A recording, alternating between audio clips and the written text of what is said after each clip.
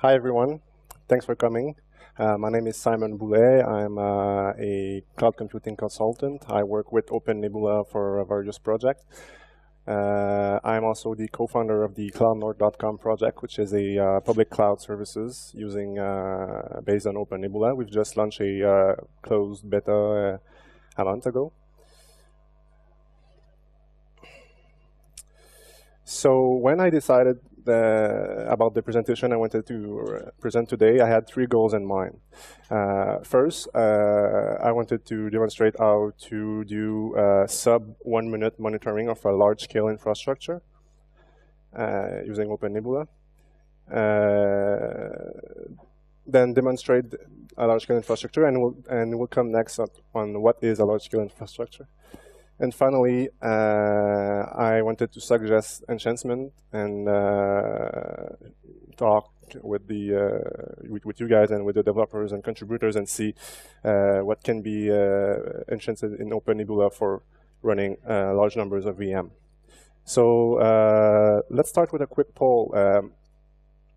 What is large scale for you guys? How many of you have more than 1,000 VMs, active VMs in OpenNebula? Okay. Any of you using OZones, like the multi-OpenNebula instance manager or OpenNebula OZones? No one's using it? Okay. So my talk is going to be about running 4,000 VM on 100 hosts with one OpenNebula instances. I know you can go with Federation using OZone, but that's out of my presentation for today.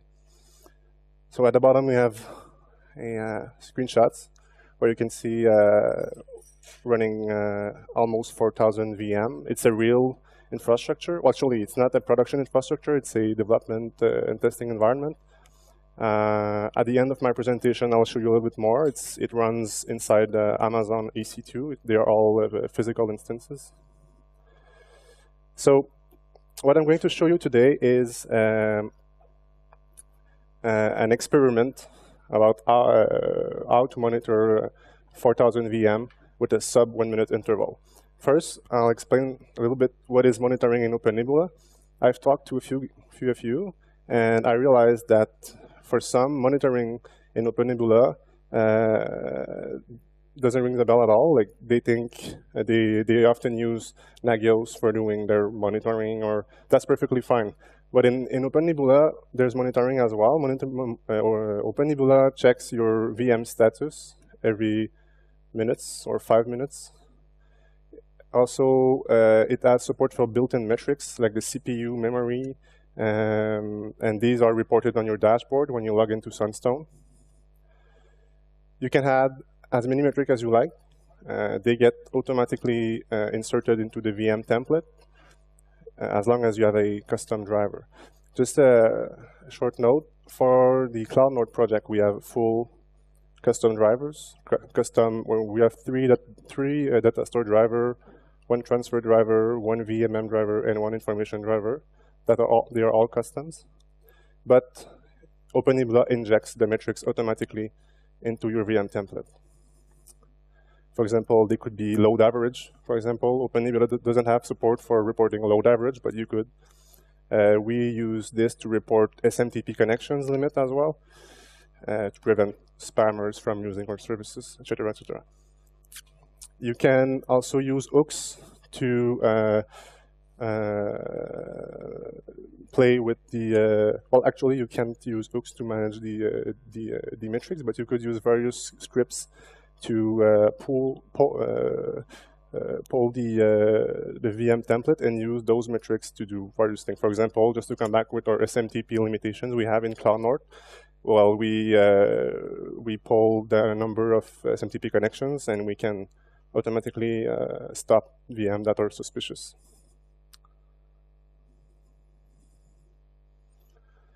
Okay, so let's start our journey to large-scale monitoring with OpenNebula. One of the few things, the first thing you need to know is don't expect the default configuration to work optimally. By default, OpenNebula uses the SQLite backend, which is a file-based database you might be familiar with. So you have to configure OpenNebula to use MySQL.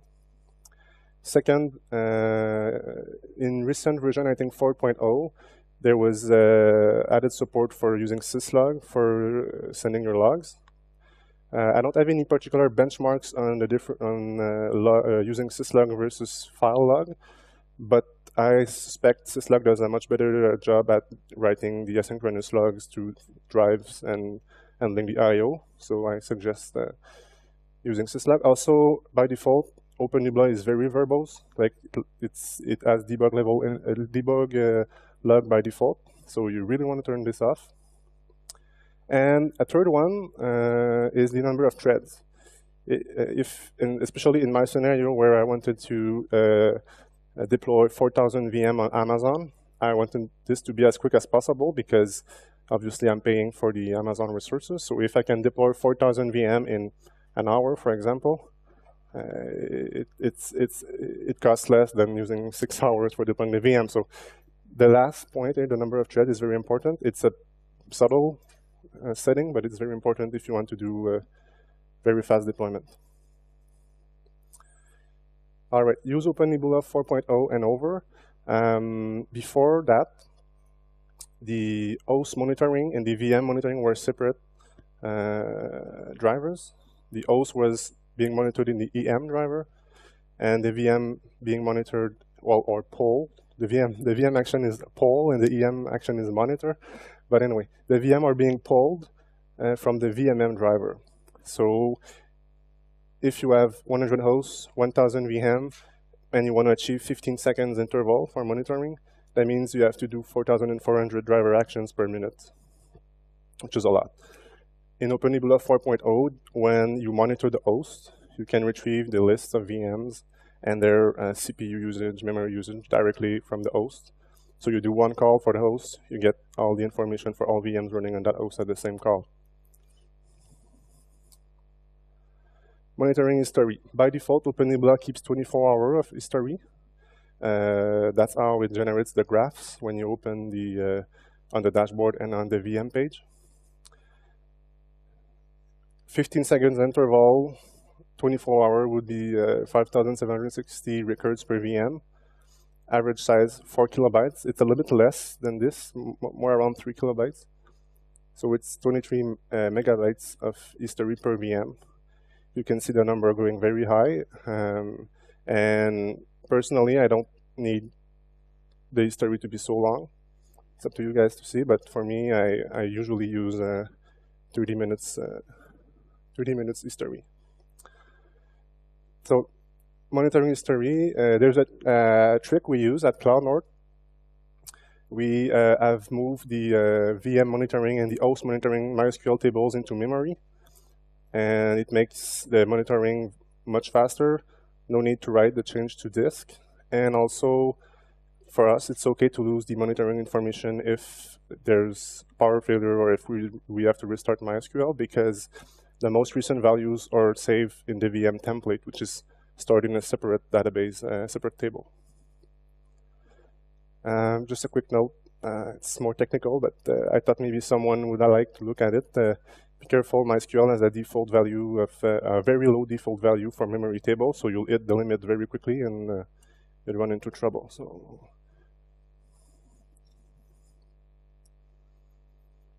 yeah, what should load average? It's not necessarily something related to the monitoring of OpenNebula, but in current version of OpenNebula, there's a limit of 15 XML RPC connections. That's not that much. If you deploy a lot of VM, your host is going to get slower. Your XML RPC response are going to be slower as well, and you'll reach the limit very quickly. You'll see these errors in Sunstone. Some of the options are to wait for 4.4. 4.4 as the option to change the value. Or one other trick as well is to try to reduce the load average when the load of your server when doing the deployment by reducing the amount of VMs you are deploying at the same time. We use the 4.2 OpenNebula with the backported XML RPC patch. We have our own Git repo where we backport some of the patch, and we are also sending out the patch through patch to the project as well. All right.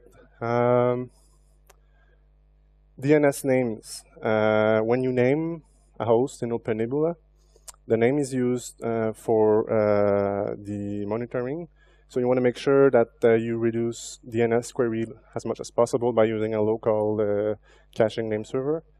For us, it did help quite a bit, and especially if there's a network hookup or something wrong with your DNS server, you don't end up with false state changes in OpenNebula. Might depend of your setup, but for us, we've seen an important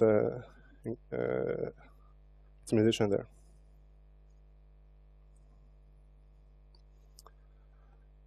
SSH transport. By default, most of the driver use SSH for connecting to your host. That's perfectly fine for deploying new VM. You can afford it, but when doing the monitoring, it's quite expensive because say you want to do sub 1 minute interval, 15 seconds, that would be 4 SSH connection per host per minute, plus all the overhead of exchanging the key, etc., etc. I don't know if you were all aware of this, but well, probably because otherwise you'd run into issues installing OpenNebula and copying the SSH keys.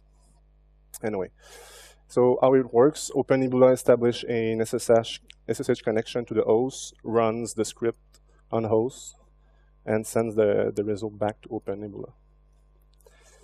All right, so this brings me to Ganglia. Ganglia is a scalable monitoring system developed for high-performance computing. It's mostly used in HPC environment. OpenNebula has built-in support for Ganglia. I'll come a little bit later more what is Ganglia, but it's a metrics collection system. So basically, you have an agent that sends metrics. They could be CPU usage, load average, whatever you want. They're key value, key string. And Ganglia manage the metrics. And OpenNebula can connect to Ganglia to retrieve them. Quick technical note here, but by default, Ganglia and OpenNebula must run on the same machine. They have localhost hard-coded in their the driver files. So you have to edit these files if you want to use separate Ganglia servers. So here's a little bit how it works with OpenNebula. You have a Ganglia receiver per cluster. Here, I suppose you have quite a large infrastructure. Ganglia is very lightweight. It keeps pretty much anything in memory, and it's meant for large infrastructure. I don't know if any of you guys are using Ganglia in your at Fermilab. You're using Ganglia. You have a large installation base, or a couple hundred VMs. Okay. It scales very well. I don't think it's really an issue of Ganglia getting out of resource really. But here's an example. If you had a very large, you could have 2 Ganglia servers, well, 2 clusters in OpenNebula, or even 2 OpenNebula installation, or whatever, or simply half your host reporting to one Ganglia and the other half to the other one. And then you can have a Ganglia head node that aggregates all the metrics for all your VMs. And OpenNebula would connect to the head node. Here are some of the limitations with the current implementation. Currently, only one Ganglia collector is supported. That means you can scale only as big as your Ganglia server can handle. As I said earlier, it's not really an issue. Ganglia can handle a lot of metrics. Ganglia is also capable of doing some threshold monitoring. For example, say you want to monitor the load average of your VM, but you want to be notified only when it changed by 10%, for example. You're not interested in small changes in the load average. You just want to get informed when there's a 10% threshold. Well, Ganglia can handle this for you, so it will only update the metrics when the value change for 10%. Point number 2, OpenNebula doesn't have support for parsing any of the Ganglia metrics directly. Instead, it relies on a special metrics named OpenNebula VMS information, which is a base 64 encoded string of all the VM's metric. So what does it mean is you have to install a script on your host to publish that metric every hour, every minute, or even less. If you want to do 15-second monitoring, it means you have to run the script every 15 seconds on the host to push the metric to Ganglia. Last but not the least, and I'm a little bit surprised no one ever reported this issue, or maybe it's a configuration in my environment, but Ganglia is packet-based, and it has a maximum length of 1,392 bytes for a metric. So if you have more than 10 VMs per host, which is not that much, Ganglia won't be able to properly report your VM metrics to OpenNebula. That's the current limitation in the way OpenNebula use Ganglia for reporting. Host test flow. Anyone familiar with host test flow? Okay.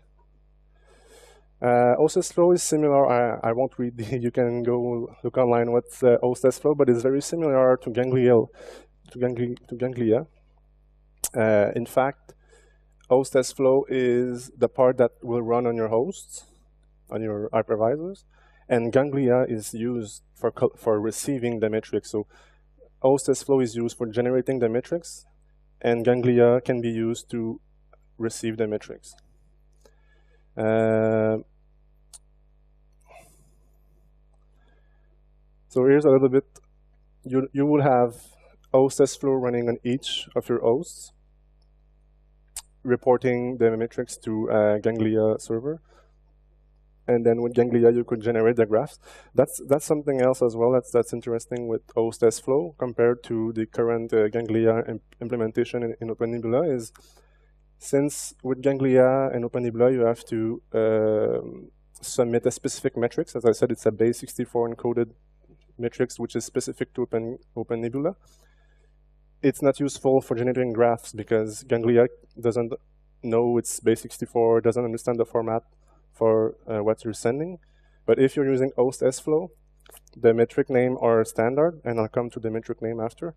And they are standard metrics like integer and regular metrics, so you can get the graphs as well as a bonus for all your VM. You can get the graphs in Ganglia.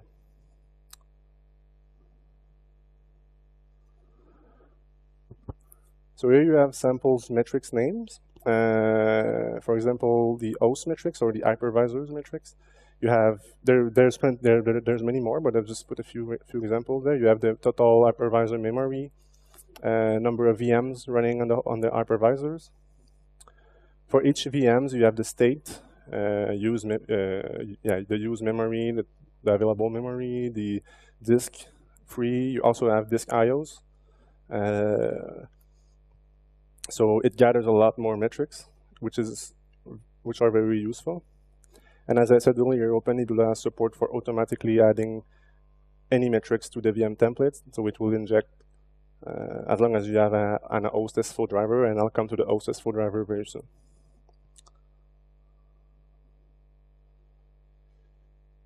So monitoring 4,000 VM at sub 1 minute interval. So here's what my infrastructures look like.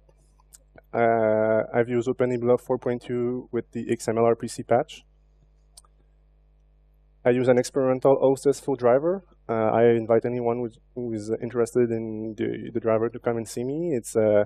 I'm planning to release it sometime, but for the moment it's still very experimental. I had one OpenNebula core server, which was an iCPU XLarge instance on Amazon. One Sunstone server, which was a medium instance. One Ganglia collector, 100 hosts. They were iCPU medium instances. About 40 VMs per host, 100 hosts. So 4,000 VM, running an OpenVZ driver. There's one available online, which is not in the official release of OpenNebula yet, but there's an OpenNebula driver available, but I use a different one. It's a custom driver. And I had 15-second polling and monitoring interval configured in OpenNebula. And to be honest, the monitoring interval, because OpenNebula would try to achieve the 15 seconds, but it was a little bit too heavy for the server. So the range was between 15 seconds and 60 seconds interval.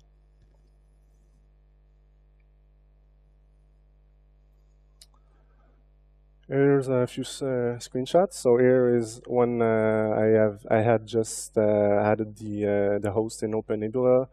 Those familiar with Amazon will recognize the instance ID and the name of the host. They were rather small memory instances because those that are familiar with OpenVZ, it's pretty good at packing a lot of VM on the host, and it ran on Amazon as well. So for me, it was ideal.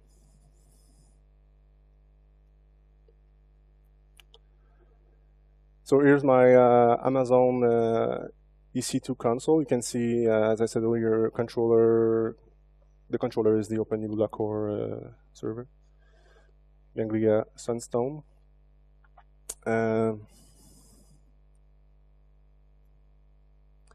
Sunstone dashboard. As you can see, I was running almost 4,000 VM.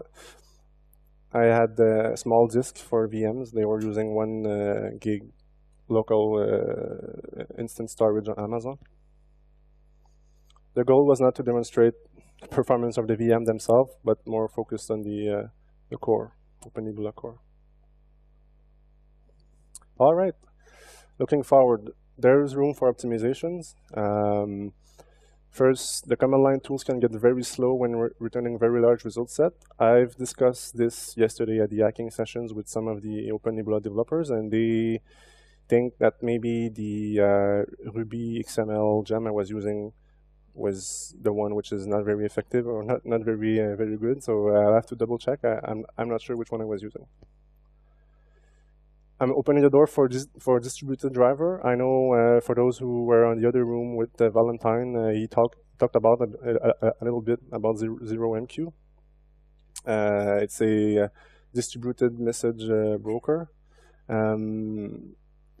I think OpenStack is based on ZeroMQ. I could be wrong, but I heard they are already using a distributed messaging system. The third is I'm a C++ guy, so I'm really more into the core. I'm working with the OpenNebula developers, but mostly in the core. And one of the issues I ran into, and I've had some discussions with the developer as well, is sometimes OpenNebula will hold a lock for a VM or for a host for a few seconds. So you will run into locking issues, especially with the hooks. The lock is held before starting your hook. So if your hooks take a long time, the VM is locked for that time, so you can run into locking issues. I suggest having a way to gather metrics from the OpenNebula core. For example, the amount of failed lock, the effective monitoring interval, because even if you define a 15 seconds interval, that's not necessarily what you will get. Memory footprints as well. This brings me to Sunstone. I've noticed some very large Sunstone memory usage, like 2 gigs of memory for about 4,000 VM. I've discussed this as well yesterday at the hacking sessions, and it could be related to the XML drive, the XML Ruby gem as well. But they're interesting thing we should investigate.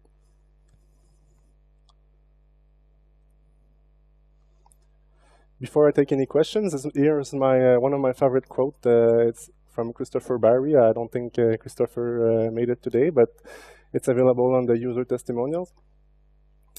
I find OpenNebula to be very elegant as well. It has C++ bones, Ruby muscles, and Bash tendons. It's extensible and understandable. I think many of you will be okay with this as well.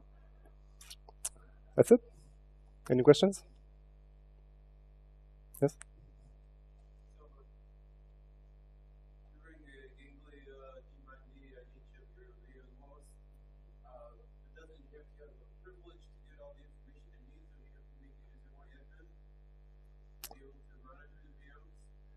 Well, the way Ganglia works in oh yeah, sorry. The question was if I need a specific privilege for gathering the metrics and sending them in OpenNebula. By default, it depends. By default, the Ganglia implementation in OpenNebula use a script that parse your. I think they use libvirt, or maybe it depends of your hypervisor. But the script runs as root, gathers the information, and then push the information to Ganglia. So there's no, I mean, unless this script for some reason has problems with it, but the metrics are pushed to Ganglia. So Ganglia doesn't have to run as root at all.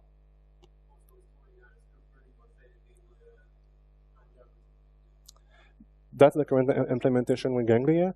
If we go with host sflow use libvirt. So then you have to be running libvirt-d, which is running as root most of the time to retrieve the hypervisor metrics.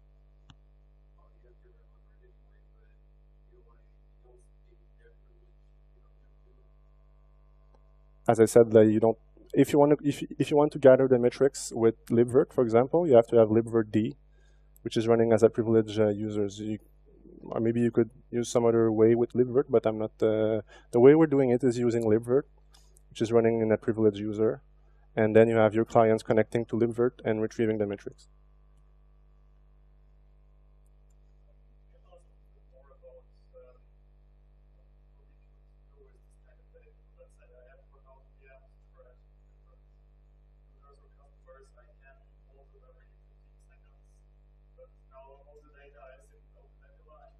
Yes, it's a good question.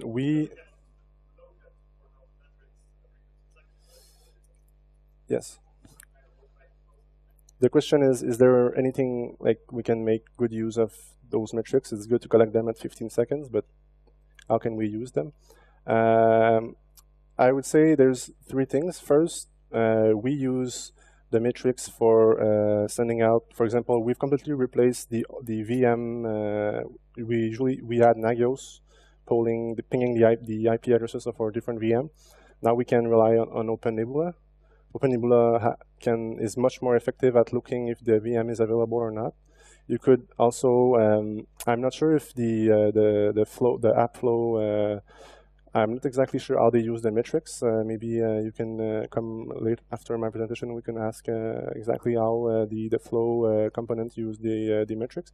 And otherwise, for Cloud North, we have a dashboard, a custom dashboard where we've added the load average, SMTP limit, and other metrics. I suppose you could also add them to your Sunstone interface if you want.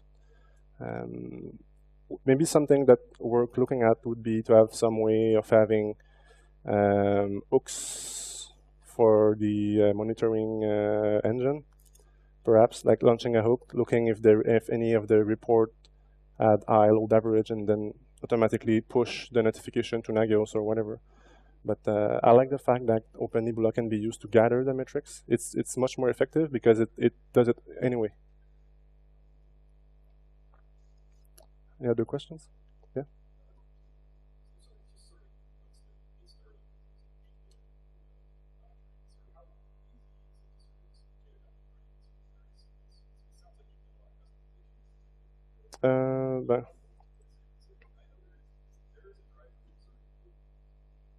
With OpenNebula?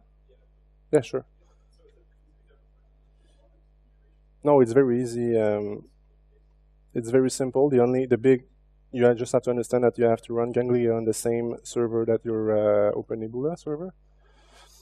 But basically, there's a page dedicated to Ganglia on the OpenNebula documentation. So I would start there. There's a line you have to change. For example, say you are using the KVM driver, and you want to override the poll action, which is actually the poll that monitors the VM. To use Ganglia, there's a line you need to add in your configuration file. And from there, the OpenNebula will connect to localhost by default, as I said, to the running Ganglia instances, and pull the Ganglia. No, it's not there. The OpenNebula VMS information. So each of your hosts they have to publish a metric called OpenNebula VMS information. There's a script available in the OpenNebula distribution. You can have a look. I think it's a bash script or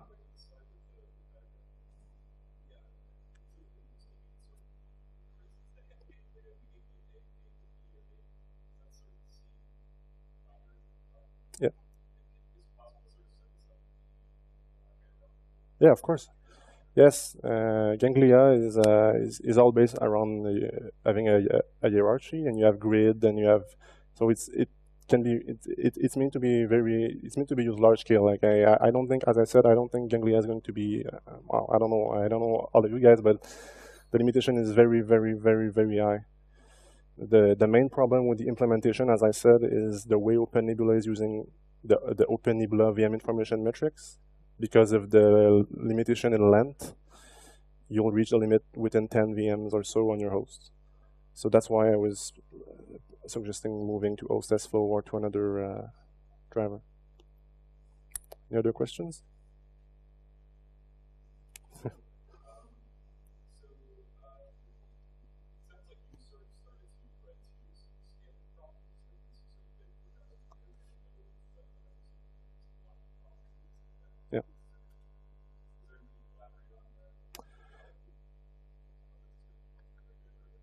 Yeah, the question was if I run, like, can I elaborate more on the scaling issues I've had? Initially, for my presentation, I wanted to demonstrate for, like, ideally I wanted to show 10,000 VM, but I didn't have enough time, and I ran into a couple of issues with OpenNebula. I know it has been reported they were large installation base, but I've never seen any like true demonstration of large installation. For our Cloud Node project, we chose OpenNebula for the various reasons, C++ and everything, but the WIT drivers are made and everything. But I was a little bit concerned with, I wanted myself to prove OpenNebula would be able to scale to a large number of VMs. And then I hit the little optimization suggestion. And I found the OpenNebula developers to be very open to address those issues. For us, for example, using the one VM command line utility doesn't work at all. Like as soon as you reach 1,000 VM or something, it's getting so slow. But we have a C++, well, or I guess I suppose any other language could do, but or we use a separate CLI, which is in C++, and I can say the API is very fast. What's taking them more time is transferring the 20 or 50 megabytes of XML. That's the bottleneck. One last short question, please. Only one? Oh, no one. Okay. Thanks, Simon. Thank you.